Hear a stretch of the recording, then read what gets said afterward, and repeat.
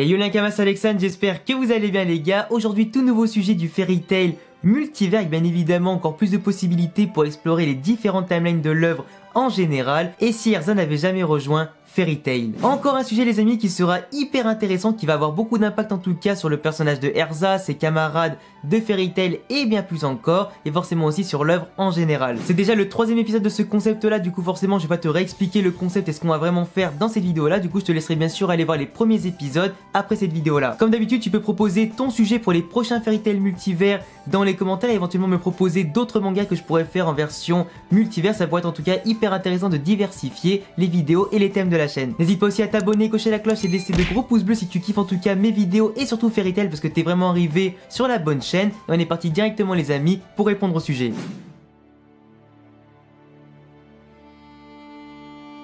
Si Erza n'avait pas rejoint Fairy Tail, il est clair que le destin de notre guilde aurait basculé à plusieurs reprises. Pour faire un rappel, on avait déjà remarqué dans mon épisode précédent sur les conséquences d'une disparition de la magie Dragon Slayer que le sujet pouvait autant impacter les personnages concernés que le destin d'Erza. Je vous invite d'ailleurs à aller voir cette vidéo en complément de celle-ci, le lien sera bien évidemment dans la description. Pour résumer rapidement la petite partie que j'avais fait à l'époque sur Erza dans cette vidéo, sans les Dragon Slayer et cette magie maudite, elle n'aurait pas pu rejoindre Fairy Tail en étant née il y a 400 ans ou serait morte. Car sans la magie Dragon Slayer, sa mère Eileen qui l'avait inventée dans le passé il y a 400 ans, et son peuple du royaume de Dragonov, peuplé d'humains et de dragons appréciant les humains, étaient tous en danger face à une véritable armée de dragons, beaucoup plus forte et nombreuse, détestant cette fois-ci les humains et les dragons qui les aiment. Eileen, alors enceinte de Erza, n'aurait pas pu survivre avec son peuple sans la magie Dragon Slayer. Et même si elle avait survécu, Erza serait née il y a 400 ans, comme Natsu, Gajeel, Sting, Rogue et Wendy. Elle n'aurait donc quoi qu'il arrive jamais connu Fairy Tail, formé bien évidemment plusieurs centaines d'années après. Sans Dragon Slayer, Zelef et Anarphilia n'auraient eu aucun intérêt ni aucune idée d'envoyer les enfants Dragon Slayer dans le futur via la porte Eclipse pour espérer vaincre un jour Acnologia. Donc il n'y aurait même pas d'espoir de voir Erza utiliser ce moyen via la porte Eclipse pour voyager elle aussi dans le temps jusqu'à notre époque. Mais pour en revenir au sujet qui nous intéresse aujourd'hui, il existe donc plusieurs timelines qui expliquent pourquoi Erza ne rejoint pas Fairy Tail et ses conséquences.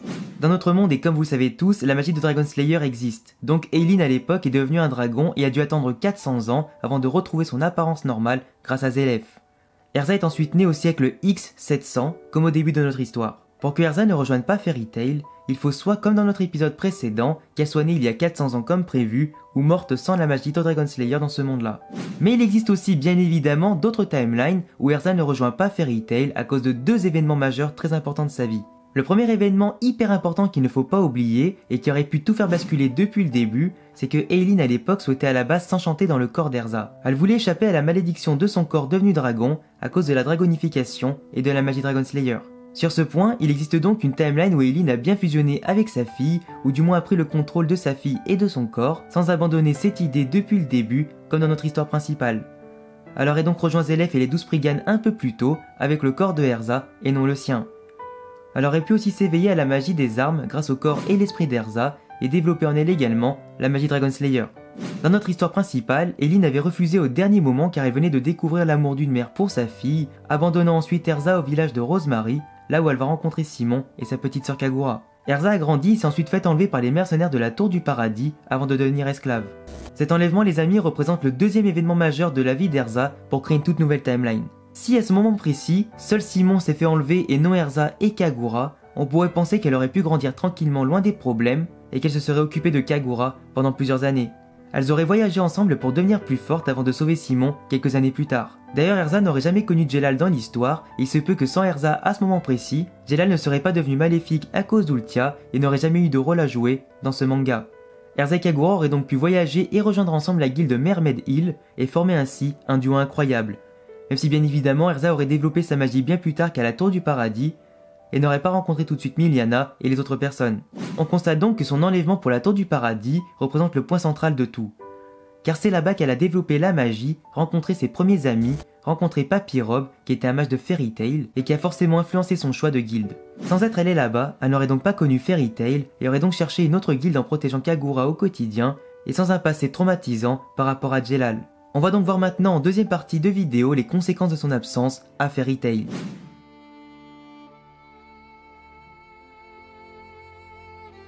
Sans Erza à Fairy Tail, on peut clairement dire que la guilde serait moins bien structurée et encore plus en bordel sans elle pour assurer la discipline et faire peur à Gray et Natsu. Elle a su attirer une excellente renommée à Fairy Tail qui serait donc affaiblie sans elle.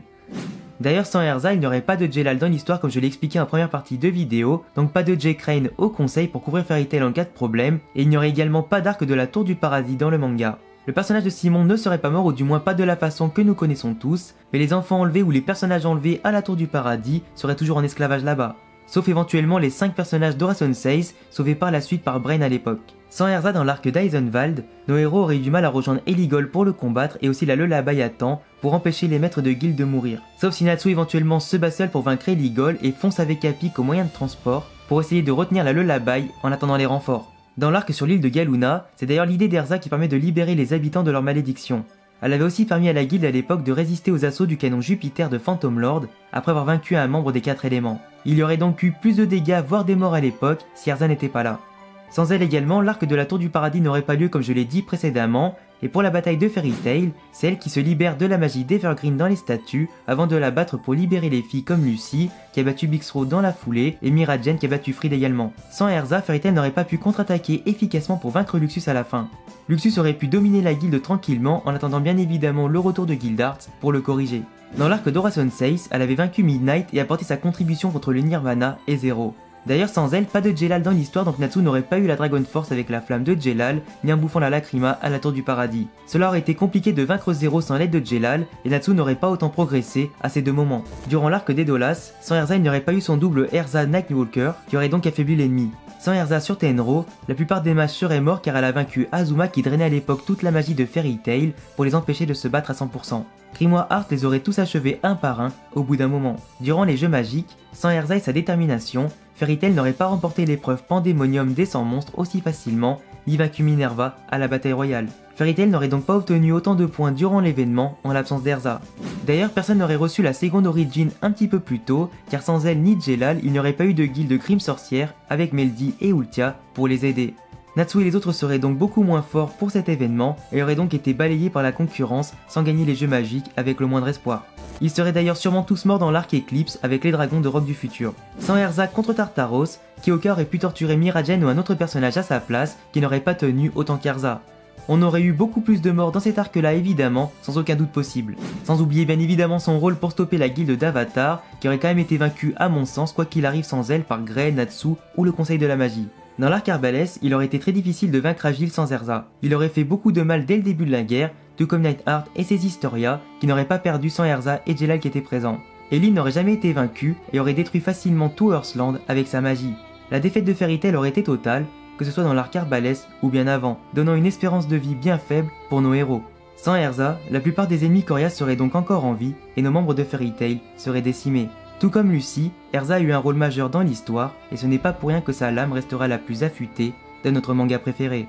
Et voilà les gars, j'espère en tout cas que cette vidéo du Fairy Tail multivers vous a plu. On a encore pu voir en tout cas beaucoup de conséquences directes de l'absence d'un personnage dans la guilde. Le fait aussi que son histoire aurait pu basculer de bien des façons dans le positif ou le négatif si bien sûr Erza n'avait pas rejoint Fairy Tail, autant les impacts négatifs ou positifs sur elle que sur les autres. Du coup les amis, je vous laisserai en tout cas théoriser dans les commentaires, me donner vos avis par rapport à ma vidéo, le sujet, éventuellement compléter ce que j'ai dit ou ce que j'ai pu oublier en tout cas dans la vidéo. Proposer aussi d'autres sujets, éventuellement d'autres mangas avec d'autres sujets forcément pour que je puisse en tout cas faire vivre ce concept là et développer encore plus la chaîne sur d'autres sujets. Je vous laisse vous abonner, cocher la cloche et forcément aussi me rejoindre sur tous les réseaux, me laisser de gros pouces bleus, ça me fera super plaisir. A bientôt les gars pour une prochaine vidéo, ciao.